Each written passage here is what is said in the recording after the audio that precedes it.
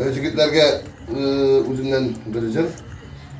İsen sağlık aylanıp kaçsınlar, ağırtmasınlar, selamet olsunlar. En iyi mekal деген bir üzerine böyle gitti.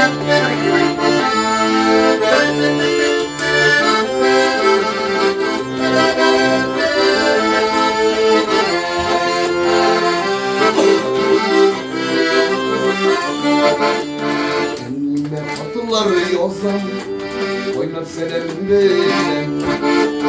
Birgeleşir bu kırlardayı, varlık dumanlar belen.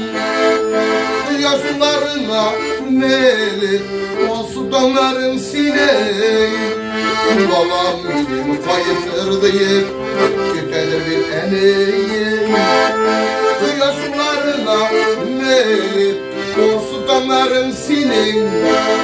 Benim babam kayıtırdayı, şatlanalır eneyim.